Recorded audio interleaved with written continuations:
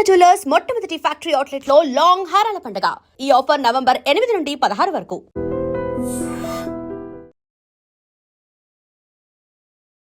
నమస్కారం, welcome to I dream. ధర్మ మార్గం విత్ విజిత కార్యక్రమానికి స్వాగతం.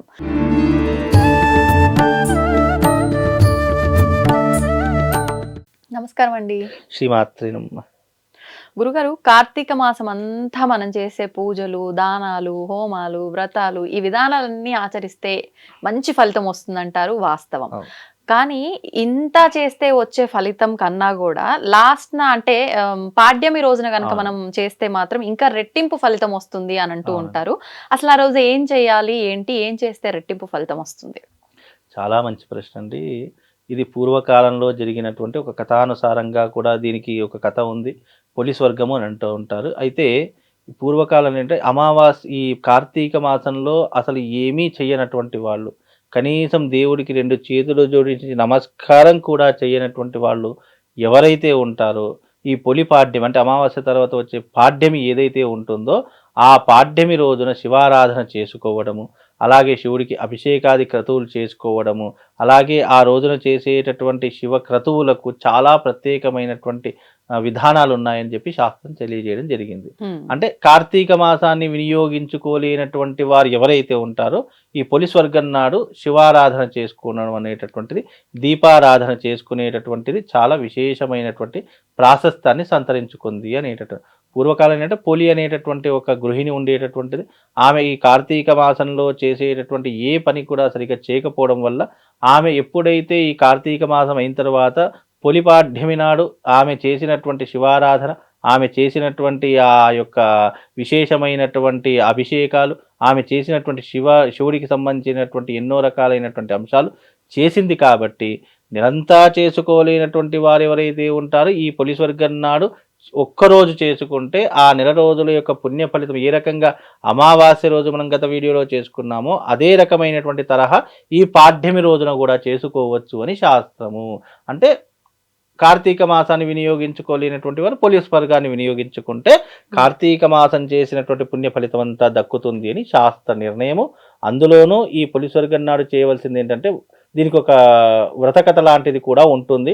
ఆ పోలీస్ వర్గం నాడు దీపారాధన, తులసి కోటకు ఆరాధన, ఆ రోజున శివారాధన, ఆ రోజున విష్ణువు యొక్క ఆరాధన, ఆ రోజున ప్రత్యేకంగా 365 వత్తులు వెలిగించుకునేటటువంటి ఆరాధన, ఇవన్నీ కూడా చేస్తే ఇప్పుడు మామూలుగా కార్తీక పౌర్ణమి వస్తే ఎలాంటి క్రతువులు అయితే చేస్తామో అదే రకములైనటువంటి క్రతువు పోలీస్ వర్గం నాడు చేసుకోవచ్చు అని శాస్త్ర నిర్ణయం. కాబట్టి ఈ రకంగా చేసుకుంటే ఆ శివుడి యొక్క సంపూర్ణమైనటువంటి అనుగ్రహం కలుగుతుంది.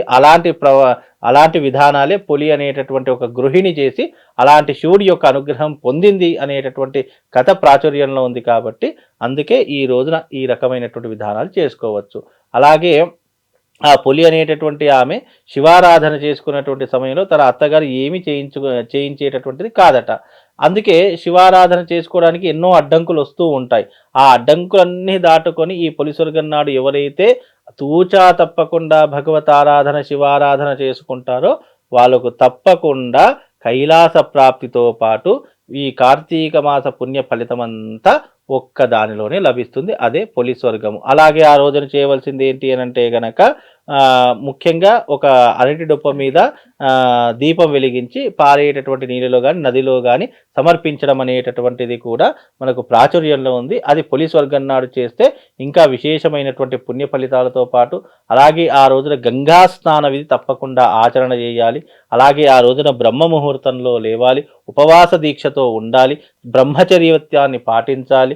అలాగే ఆ ఇంట్లో ఆ రోజున తప్పకుండా శివారాధన జరిగి తీరాలి అనేటటువంటిది శాస్త్రవచనం. కాబట్టి ఈ దీపారాధనలు, అలాగే దీపం వదిలేటటువంటి విధానాలు, ఆ రోజున పొలి స్వర్గం అనేటటువంటి విధానాలు ఎవరైతే ఆచరిస్తారో, ఎవరైతే అనుసరిస్తారో ఆ శివుడి యొక్క సంపూర్ణమైనటువంటి అనుగ్రహం వాళ్ళ కుటుంబం మీద కలుగుతుంది. ఇప్పుడు ఆ రోజున అంటే మీరన్న అరటి డొప్పలో దీపాలు నీళ్ళలో వదిలే విధానం కూడా చాలా మంది అంటే నెలంతా చేస్తాం 30 రోజులు పాడ్యము కలిపి 31 వదలాలి అంటుంటారు. ఇది వాస్తవం? వాస్తవం అంటే ఇప్పుడు మనకు రోజు ఇప్పుడు నెలంతా ఏం చేసుకోలేరు కదా, ఒకవేళ చేసుకున్నా సరే మనము పోలీస్ వర్గం నాడు 31 దీపాలు వెలగడం వల్ల ఏమవుతుందంటే నెల యొక్క పుణ్య ఫలితం కలుగుతుంది. అసలు ఏమీ చేసుకోలేదు అలాంటి వారు రోజుకొక దీపం చొప్పున మనకు నెలకు 30 దీపాలు అవుతాయి. ఆ 30 దీపాలతో పాటు పోలీస్ వర్గము అనేటటువంటిది కూడా ఒకటి చేరుతుంది కాబట్టి 31 దీపాలు వెలిగించడం ద్వారా విశేషమైనటువంటి పుణ్య ఫలితం కలుగుతుంది అని శాస్త్రవచనం. ఆ 31 దీపాలు కూడా విశేషంగా మనము పూజ చేసి వదలాలి. మామూలుగా ఏదో దీపం వెలిగించాము వదిలేసాము అనేటటువంటిది కాదు. సంకల్పపూర్వకంగా ఆ దీపాలు నీటిలో వదిలితే దాని యొక్క పుణ్యం పురుషార్థం అనేటటువంటిది కలుగుతుంది. ఆ రోజున చాలా మంది 365 వత్తులు కూడా వెలిగిస్తారు. అంటే ఈ మనకు నెల రోజుల పాటు 31 రోజు ఎలాగైతే అవుతుందో సంవత్సర కాలం మొత్తం దీపాలు కూడా వదిలేసేటటువంటి ఆచారం ఉంటుంది. ఆ రకంగా కూడా చాలా మంది ఆచరిస్తూ ఉంటారు. విశేషంగా ఆ రోజున స్వామివారికి నైవేద్యాది క్రతువులు చాలా మంది వినియోగిస్తూ ఉంటారు.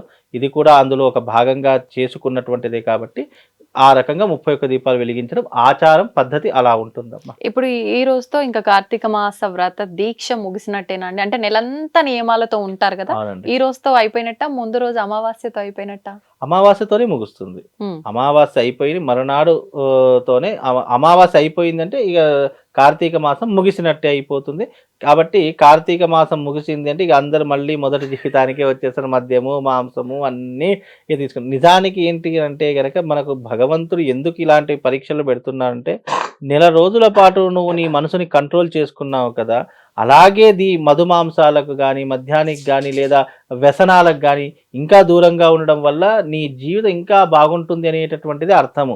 ఇంకా ఇంకోటి విషయం చెప్పాలంటే ఇప్పుడు మాలలో ఉన్న వాళ్ళు ఉంటారు, ఎంతో భక్తి శ్రద్ధలతో ఉంటారు. ఎందుకు కేవలం ఆ 41 రోజులు అనేటువంటిది కాకుండా ఈ 41 రోజు ఇంత పుణ్యాన్ని సంపాదించుకున్నావు, నీ మనసుని ఇంత కట్టడి చేశావు కదా, ఇదే కట్టడి మునుముందు కూడా కొనసాగించుకోవాలి అని మాలలో ఉన్నటువంటి అర్థం తప్ప చాలా మంది ఇదే పొరపాటు చేస్తారు. ఇక కార్తీక మాసం అయిపోయింది కదా, ఇక మనం అలవాట్లు మొదలు పెడదాము, మాల తీసేసాం కదా తెల్లారే అలవాట్లు మొదలు పెడదాము. మనిషి నియంత్రించుకోవడానికి ఏర్పడినటువంటిదే మాల అని అర్థము.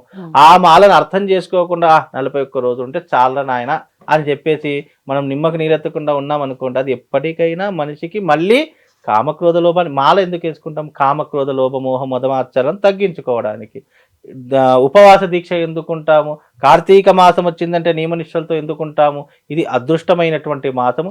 ఈ మాసంలో మనం ఉపవాసము అలాగే దేవతా అర్చనము అలాగే దానము ధర్మం చేయడం వల్ల పుణ్యం కలుగుతుందని ఏ రకంగా అనుకుంటావో, ఈ నెల రోజుల పాటు నీ జీవితాన్ని ఎలా గడిపావో అదే జీవితాన్ని మునుముందు గడపడానికి ప్రయత్నించాలి, ప్రయత్నపూర్వకంగా నువ్వు చేసుకోవాలి అనేటటువంటి విధానమే మన పూజలో ఉన్నటువంటి గొప్పతనం. అది అర్థం చేసుకోకుండా 41 రోజు ఉన్నాము అయిపోయింది, నెలంతా కార్తీక మాసం ఉంది ఇక అయిపోయింది అంటే మళ్ళీ మనిషి జీవితం మొదటికే వస్తుంది. కాబట్టి కొద్దిగా జ్ఞానం ఉన్న ప్రతి ఒక్కరూ ఆలోచన చేసి నెల రోజుల పాటు ఉన్నావు అంటే నీది నువ్వు ఎంత నియంత్రించుకున్నావు, ఎంత కంట్రోల్లో ఎంత ఆధీనంలో నీ శరీరాన్ని పెట్టుకున్నావు అనేటటువంటిది ఆలోచిస్తే అన్నీ కూడా సక్రమంగా జరుగుతాయండి.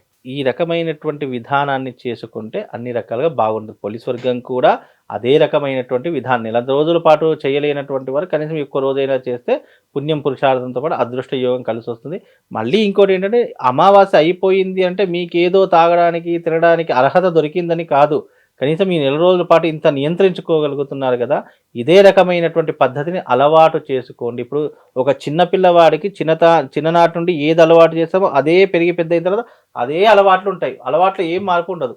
అలాగే నీ జీవితాన్ని మలుచుకోవడానికి మాల అనేటటువంటిది, ఒక పూజా వ్రతం అనేటటువంటిది, అలాగే ఒక మాసం అనేటటువంటిది నీ జీవితాన్ని ఉద్ధరింపజేసేటటువంటిది. దాన్ని అదే రకంగా మలుచుకునే ప్రయత్నం చేయాలి తప్ప మనము దీక్ష అయిపోయింది లేదా ఈ మాసం అయిపోయింది లేదా నేను అనుకున్నటువంటి రోజు, ఈ మధ్యకాలం చాలా మంది అబ్బా నేను ఒక 11 రోజులు అన్నీ మానేస్తాను అని చెప్పి చాలామంది అనుకుంటారు. 11 రోజులు చాలా నిక్కచ్చిగా ఉంటారు. ఇక 12వ రోజు స్టార్ట్ అయింది, ఈ 11 రోజులంతా ఒక్క రోజులో ముగించేస్తూ ఉంటారు. అలాంటి దౌర్భాగ్య స్థితిలో ఉన్నాము. అలాగే పుణ్యం కూడా అలాగే, నువ్వు నెలంతా చేయనటువంటి స్థితిలో ఈ పోలీసు వర్గం నాడు చేసుకుంటే ఆ నెలంతా పుణ్యం ఇందులో జమ అవుతుంది అని శాస్త్రం. ఏ రకంగా నువ్వు నీ మనసును నియంత్రించుకోవడానికి నేను ఒక 5 రోజులు ఉంటాను, ఒక 11 రోజులు ఉంటాను, ఒక నెల రోజుల పాటు ఉంటానని చెప్పేసి పుణ్యాన్ని సంపాదించుకుంటావో దీనిలో కూడా అదే రకమైనటువంటి భాగం ఉంటుందమ్మా. ధన్యవాదాలు గురువు. దీన్ని తవ్వండి, తవ్వుతున్న శివలింగం. పరమాత్మకు జీవా సరే దాన్ని అట్లా కప్పేసేయండి, చూపించదండి. Krishna is there. మూర్తి పూజ కాదు, సాక్షాత్ బ్రజేంద్ర నందన భగవాన్ ఉన్నారు మూర్తిలో. ఏమీ ఆశించకుండా ఆరాధించే వాళ్ళు కూడా ఉన్నారా ప్రభుజీ? నిజమైన భక్తి అంటే మనకు తెలియదు కాబట్టి